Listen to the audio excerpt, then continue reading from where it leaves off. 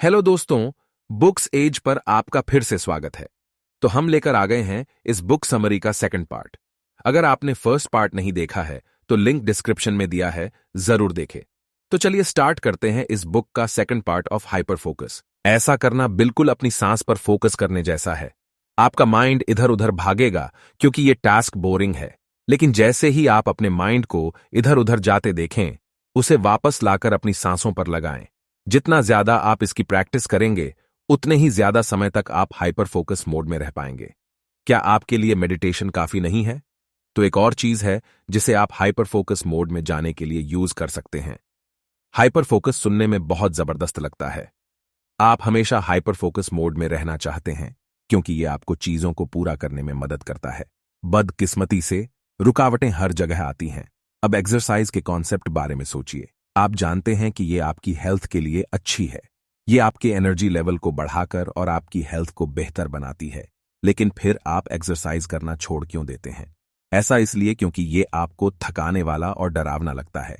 Hyper focus भी शुरुआत में डरावना लग सकता है, लेकिन इसे आगे ले जाने के लिए प्रैक्टिस जरूरी है। हाइपर फोकस मोड के पहले 40 सेकंड सबसे इंपॉर्टेंट होते हैं। यही वो टाइम होता है जब आप आसानी से डिस्ट्रैक्ट हो सकते हैं। 1 मिनट का पर्पसफुल अटेंशन आपके हाइपर फोकस मोड को लंबा खींच सकता है, लेकिन आप ये करेंगे कैसे? शुरुआती रुकावटों से बाहर निकलने के 4 तरीके हैं। पहला, जब तक आप कोई रुकावट या रेजिस्टेंस महसूस नहीं करते, तब तक अपने हाइपर फोकस के पीरियड को छोटा रखिए। अगर आप 1 घंटे तक हाइपर फोकस करने का प्लान कर रहे हैं, तो इस टाइम को कम कीजिए। जैसे 45 मिनट या 10 मिनट का हाइपर फोकस काफी है। टाइम के साथ आप ज्यादा देर के लिए हाइपर फोकस मोड में जाने के लिए खुद को तैयार कर सकते हैं। इस टेक्निक का मकसद है आपको फोकस्ड अटेंशन के साथ कंफर्टेबल बनाने में मदद करना। दूसरा, जब आपके पास किसी चीज के लिए टाइम नहीं है, उस बात को नोटिस करें। सच तो यह है कि आपके पास हमेशा टाइम होता है, लेकिन आप उसे किसी और काम में लगाने का फैसला कर लेते हैं। आपको अपना टाइम कहां लगाना चाहिए, यह अवेयरनेस आपको शुरुआती रुकावटों से निकलने में मदद करेगा। जैसे आप कहते हैं कि आप इतने बिजी हैं कि अपने दोस्तों के साथ डिनर करने के लिए आपके पास टाइम ही नहीं है, लेकिन आमतौर पर डिनर टाइम लगभग 2 घंटे से कम चलता है।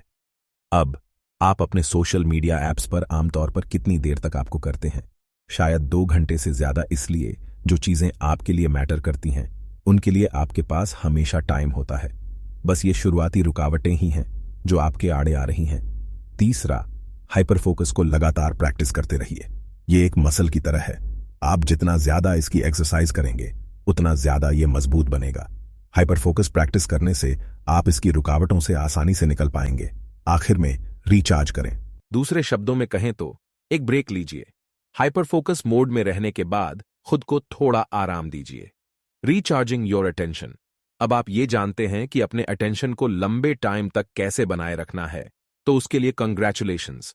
हाइपर फोकस मोड आपकी लाइफ को बिल्कुल बदल कर रख देगा, लेकिन सावधान रहिए, इसके लिए बहुत मेंटल एनर्जी की भी जरूरत है। अगर आपका माइंड थक जाएगा तो आप फोकस करने की एबिलिटी खो देंगे। इसलिए आपको अपने मेंटल एनर्जी को रिचार्ज करने की जरूरत होगी। शायद आप इस बात से डर रहे होंगे कि ऐसा करने से आप अपना मोमेंटम खो देंगे। क्या होगा अगर ब्रेक लेने के बाद आपको हाइपर फोकस मोड में लंबे टाइम के लिए बने रहने में मुश्किल हुई? तो जवाब यह है कि प्रोग्रेस को खोने में काफी टाइम लगता है। जैसा कि पहले बताया गया है, हाइपर फोकस एक मसल की तरह है। अगर आपने उस मसल को कई महीनों और सालों तक ट्रेन किया है, ये कुछ ही हफ्तों में गायब नहीं होगा। आपको उन साइंस के बारे में अवेयर रहना होगा जो आपको ये बताते हैं कि आपको ब्रेक लेने की जरूरत है।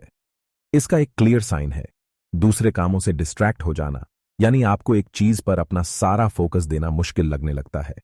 दूसरा साइन है जब आपके इरादे कमजोर पड़ने लगते हैं।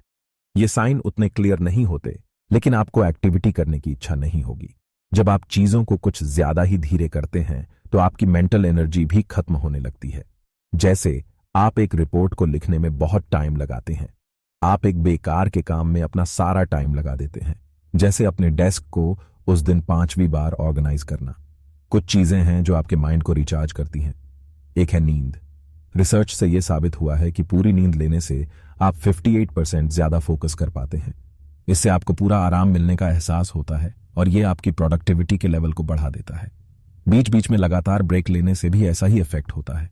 रेस्ट करना सुनने में बड़ा सिंपल लग रहा होगा। आप सोच रहे होंगे कि आपको सिर्फ हाइपर फोकस मोड को छोड़ना होगा, राइट? लेकिन ऐसा नहीं है। आपका ब्रेक इतना रिफ्रेशिंग होना चाहिए कि आपकी मेंटल एनर्जी रिस्टोर हो सके। एक ब्रेक लेने का मकसद कुछ ऐसा होना चाहिए कि ये लो एफर्ट वाला और आपकी हैबिट का हिस्सा होना चाहिए, कुछ ऐसा जो आप करना चाहते हैं, और ये कोई काम नहीं होना चाहिए। सीधी बात यह है कि आपका ब्रेक एफर्टलेस होना चाहिए, लेकिन आपको इसमें मजा भी आना चाहिए। ब्रेक लेते समय अपने फोन को इस्तेमाल करने से बचें। इसके बजाय ऐसी एक्टिविटीज के बारे में सोचें जो आप रोज 1 या 2 बार कर सकते हैं, फिर उसे अगले दिन करने का एक पक्का बनाएं। इस बुक के ऑथर क्रिस बेली रिचार्ज होने के लिए कई चीजें करते हैं। वो अपनी मनपसंद कॉफी घर पर मंगवाने के बजाय खुद कॉफी शॉप तक पैदल जाना पसंद करते हैं। वो वॉक पर जाते टाइम अपना फोन साथ नहीं ले जाते। कभी कभार क्रिस जिम जाकर या अपने दोस्त से मिलकर ब्रेक लेते हैं। अब अगला सवाल आता है, आपको ब्रेक कब लेना चाहिए और कितनी देर का लेना चाहिए? बिल्कुल, ये आप पर डिपेंड करता है। आखिरकार आप ही उन ब्रेक के बारे में बेहतर जान सकते हैं जो आपको सबसे ज्यादा एनर्जी देते हैं। सोफिया और ग्रेस का ही एग्जाम्पल ले लीजिए। सोफिया एक इंट्रोवर्ट यानी शर्मीली लड़की है जिसे अपने कोवर्कर्स के साथ सोशलाइज करना पड़ता था, इसलिए सोफिया को अक्सर ब्रेक लेने की जरूरत होती थी। दूसरी तरफ ग्रेस सबसे घुलने मिलने वाली जॉली इंसान है। वो सोशलाइज करने से सोफिया के मुकाबले कम ब्रेक लेती है। पॉइंट यह है कि आपको टास्क के नेचर के बारे में सोचना होगा। यह आपको एक क्लू देगा कि आपका ब्रेक कितना लंबा होना चाहिए। दूसरी चीज जिसके बारे में आपको ध्यान देने की जरूरत है वो है उस टास्क को करने के लिए आपका मोटिवेशन। क्या वो टास्क मुश्किल है या ये ऐसा कुछ है जिसे आप करना ही नहीं चाहते? अगर ये दोनों बातें मौजूद हैं तो आपको बार बार रिचार्ज करने की जरूरत होगी।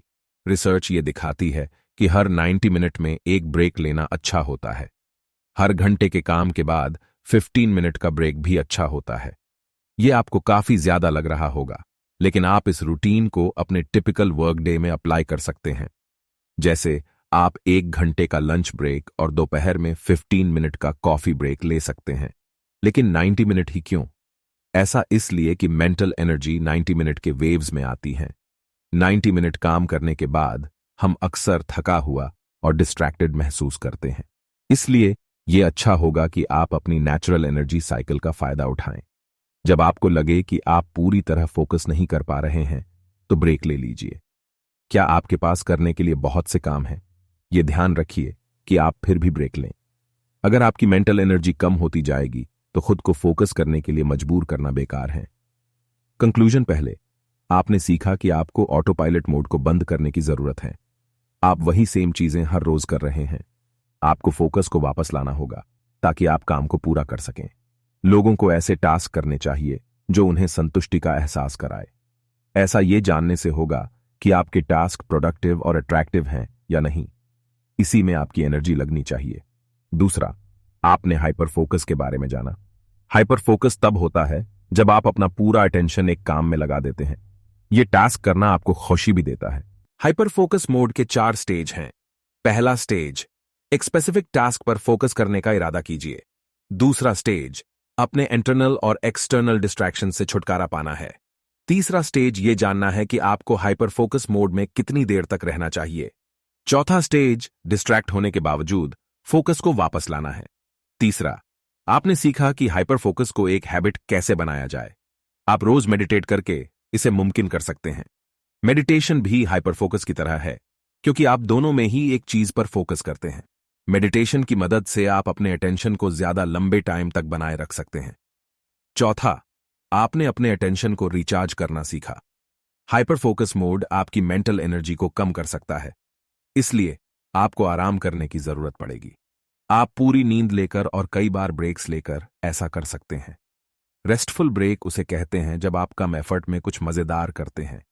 ऐसा करने के लिए आप वॉक पर जा सकते हैं, अपने दोस्त से बातें कर सकते हैं या एक हॉबी को फॉलो कर सकते हैं। ब्रेक भी कम से कम 90 मिनट का होना चाहिए, या फिर आप काम के हर घंटे के बाद 15 मिनट का ब्रेक ले सकते हैं। आप क्या हासिल कर सकते हैं, इसकी कोई लिमिट नहीं है। जो नेगेटिव चीजें आप खुद को कहते हैं वो ऐसी बेड़ियां हैं जो आपको सक्सेसफुल बनने से रोकती हैं। इस समरी ने आपको इन बेड़ियों से छुटकारा पाना सिखाया है। हाइपर फोकस मोड एक ऐसा गिफ्ट है जो आप खुद को देते हैं। अपनी लाइफ को बेहतर बनाने के लिए इसे भरपूर इस्तेमाल करें। तो कैसा लगा समरी कमेंट में जरूर बताइएगा, और अगर आपको किसी बुक का समरी सुनना है तो उस बुक का नाम कमेंट करें एंड वीडियो को लाइक शेयर एंड चैनल को सब्सक्राइब करना ना भूले। मिलते हैं नेक्स्ट बुक समरी में। नमस्ते।